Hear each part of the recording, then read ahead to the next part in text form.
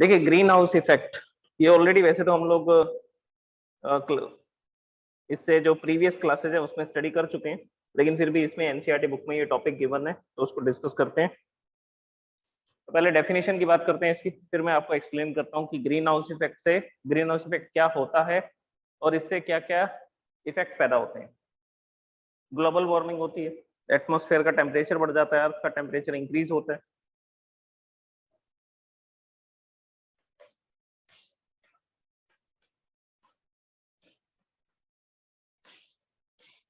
The greenhouse effect is a process in which greenhouse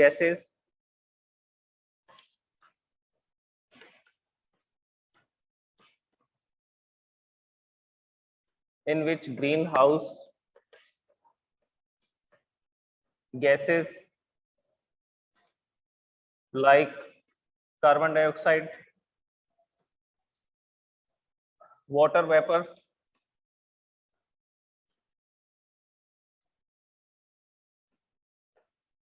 methane, etc.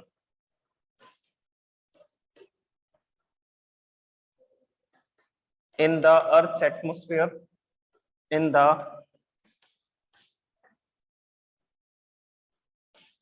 Earth's atmosphere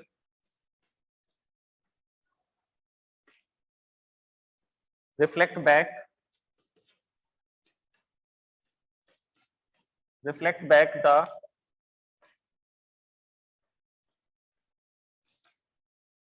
thermal radiation emitted by the Earth's surface.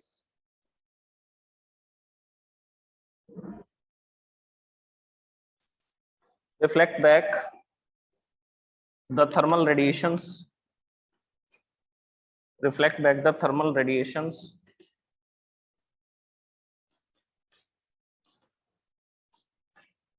emitted by the Earth's surface.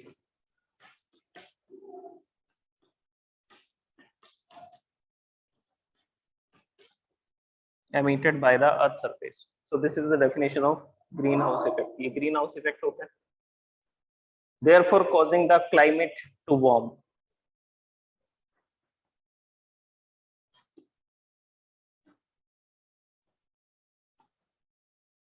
Therefore, causing the climate to warm.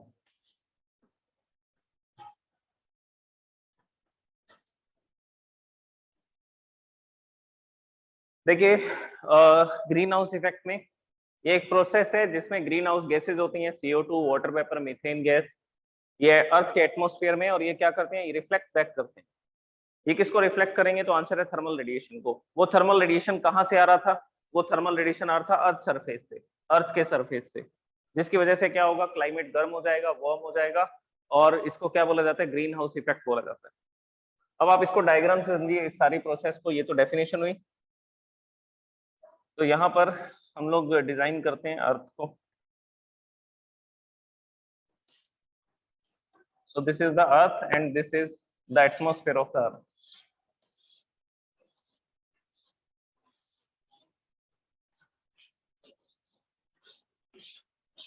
Which is having different layers of gases, and the density of the air is higher near the earth surface. Earth surface के आसपास जो gases की density है वो काफी ज्यादा होगी।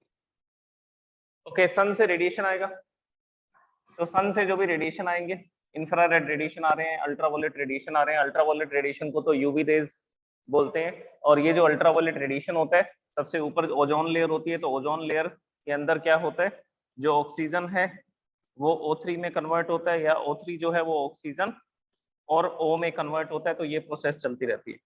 तो ऑक्सीजन ओजोन में, ओजोन ऑक्सीजन में, ऐसा कन्वर्जन चलता रहता है, और ये सारी एनर्जी इस कन्वर्जन में यूटिलाइज हो जाती है, इस केमिकल रिएक्शन में यूटिलाइज हो जाती है।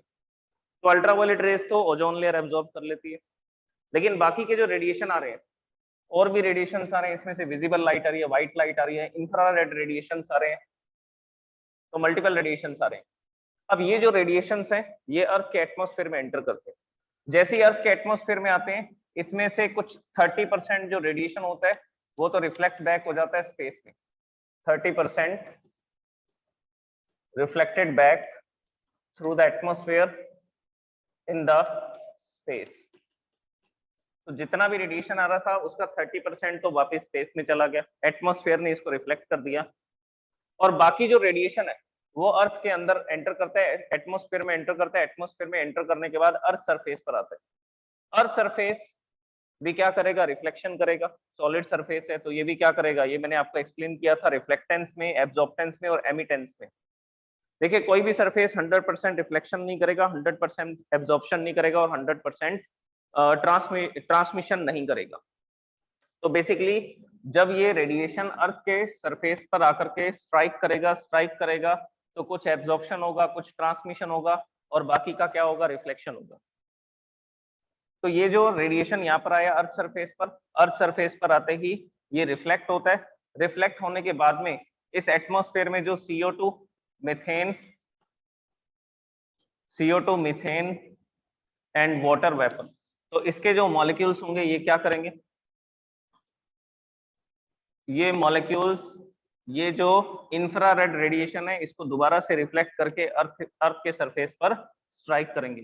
तो फिर से रिफ्लेक्शन होने के बाद ये वापस अर्थ सरफेस पर आ जाएगी एनर्जी, फिर ये अर्थ सरफेस से फिर जब बाहर जाने की कोशिश करेगी, फिर ये रिफ्लेक्ट बैक कर देंगे और वापस अर्थ सरफेस पर आ जाएगी। तो ये जो थर्मल रेडिएशन है ये कौन से वाला, ये एक स्पेशल थर्मल रेडिएशन की बात कर रहे हैं, इंफ्रारेड रेडिएशन, इंफ्रारेड रेज की बात कर रहे हैं। तो इंफ्रारेड रेज बार बार रिफ्लेक्ट होती हैं, तो पहले अर्थ के सरफेस पर आती हैं, अर्थ का सरफेस इसको एब्जॉर्ब करता है, एब्जॉर्ब करने के बाद बाकी का रेडिएशन जो है वो रिफ्लेक्ट करता है। तो रिफ्लेक्शन करने के बाद में ये जो गैसेज हैं ये गैसेज वापस से क्या कर देती हैं, ये जो इंफ्रारेड रेडिएशन है, इंफ्रारेड रेज है, इनको रिफ्लेक्ट बैक कर देती हैं और अर्थ सरफेस पे वापस ले आती है। तो देखिए यही चीज यहाँ लिखी हुई है, methane etcetera earth atmosphere and reflect back the thermal radiation emitted by the earth surface. जो अर्थ के सरफेस से रेडिएशन बाहर की तरफ जाने वाला था, स्पेस की तरफ जाने वाला था, उसको इन गैसेस ने दोबारा रिफ्लेक्ट बैक कर दिया और ये जो इंफ्रारेड रेडिएशन है ये इस एटमॉस्फेयर में ट्रैप हो गए। अगर ये एटमॉस्फेयर में ट्रैप हो गए तो क्या होगा, तो आंसर है कि एटमॉस्फेयर का टेम्परेचर राइज हो जाएगा। अगर एटमॉस्फेयर का टेम्परेचर राइज हो जाएगा तो इससे क्लाइमेट चेंजेस आएंगे। क्लाइमेट चेंजेस जैसे कि पोल्स के ऊपर जो आइस है उसका मेल्ट होना, ग्लेशियर्स का मेल्ट होना, जिसकी वजह से क्या होगा, अर्थ का टेम्परेचर इंक्रीज होगा, अर्थ के ऊपर वाटर का जो लेवल है वो इंक्रीज होगा, वाटर लेवल राइजेस हो जाएंगे। तो ये ग्रीन हाउस के क्या हो सकते हैं, बहुत सारे इफेक्ट हो सकते हैं। So this is called green house effect, ये ग्रीन हाउस इफेक्ट होता है। अच्छा इसके कॉजेज क्या है, कारण क्या है ग्रीन हाउस इफेक्ट के, तो आंसर है कि ग्रीन हाउस इफेक्ट के कारण है ह्यूमन एक्टिविटीज। ज्यादातर तो ह्यूमन एक्टिविटीज इसके लिए रिस्पॉन्सिबल है, बाकी नेचुरल एक्टिविटीज भी होती हैं। ह्यूमन एक्टिविटीज क्या है, ह्यूमन एक्टिविटीज हैं burning of fossil fuel, burning of fossil fuels. इसके अलावा हम लोग क्रॉप प्रोडक्शन करते हैं। अब जैसे जैसे पॉपुलेशन इंक्रीज होती जा रही है वैसे वैसे क्रॉप प्रोडक्शन बढ़ता जा रहा है, और क्रॉप प्रोडक्शन जो है वो किससे किया जाता है, मशीन से किया जाता है। और वो मशीन कैसे चलती हैं, तो आंसर है पेट्रोल डीजल से चलती हैं। तो फॉसिल फ्यूल का जो कंजप्शन है वो और ज्यादा इंक्रीज होता जा रहा है। तो जैसे जैसे पॉपुलेशन बढ़ती है, ग्रोथ ही, तो वैसे वैसे हमें क्या करना पड़ता है, क्रॉप प्रोडक्शन को इंक्रीज करना पड़ता है। और क्रॉप प्रोडक्शन को इंक्रीज करने के लिए हमें फर्टिलाइजर्स भी ज्यादा चाहिए होंगे, वो भी कहाँ बनेंगे, वो भी फैक्ट्रीज में बनेंगे। और इलेक्ट्रिसिटी की डिमांड बढ़ेगी, इलेक्ट्रिसिटी की डिमांड बढ़ेगी तो इलेक्ट्रिसिटी कैसे प्रोड्यूस की जाती है, तो आंसर है थर्मल पावर प्लांट से। थर्मल पावर प्लांट में कोल को बर्न किया जाता है, कोयले को जलाया जाता है। तो बर्निंग ऑफ फॉसिल फ्यूल एक बहुत इंपॉर्टेंट कारण है, इसका एक इंपॉर्टेंट कोज है जिसकी वजह से ग्रीन हाउस इफेक्ट क्रिएट हो रहा है और जिसकी वजह से ग्लोबल वार्मिंग हो रही है। और इसका जो इफेक्ट है ये लिखा ना मैंने लास्ट लाइन में, causing the climate to warm. अगर क्लाइमेट वार्म होता जा रहा है, एटमॉस्फेयर गर्म होता जा रहा है, this is called global warming. तो ये ग्लोबल वार्मिंग इसी के कारण होती है।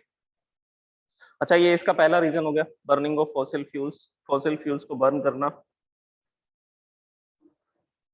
इसके अलावा हम लोग डिफॉरेस्टेशन करते हैं, डिफॉरेस्टेशन भी इसी का रीजन है।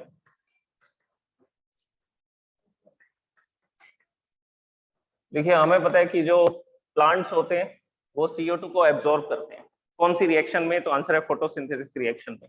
तो ये CO2 को एब्जॉर्ब करते हैं। अगर हम पेड़ों को काट देंगे, डिफोरेस्टेशन कर देंगे, ट्रीज को हटा देंगे, फॉरेस्ट को कट करते रहेंगे, तो जो CO2 का लेवल है वो और इंक्रीज हो जाएगा। एटमॉस्फेयर में जो CO2 का लेवल है वो और ज्यादा इंक्रीज हो जाएगा, क्योंकि उस CO2 को एब्जॉर्ब करने के लिए प्लांट ही नहीं है। तो डिफोरेस्टेशन भी इसका रीजन है, ग्लोबल वार्मिंग का, ग्रीन हाउस इफेक्ट का। So this is the green house effect. Okay, अब हम लोग नेक्स्ट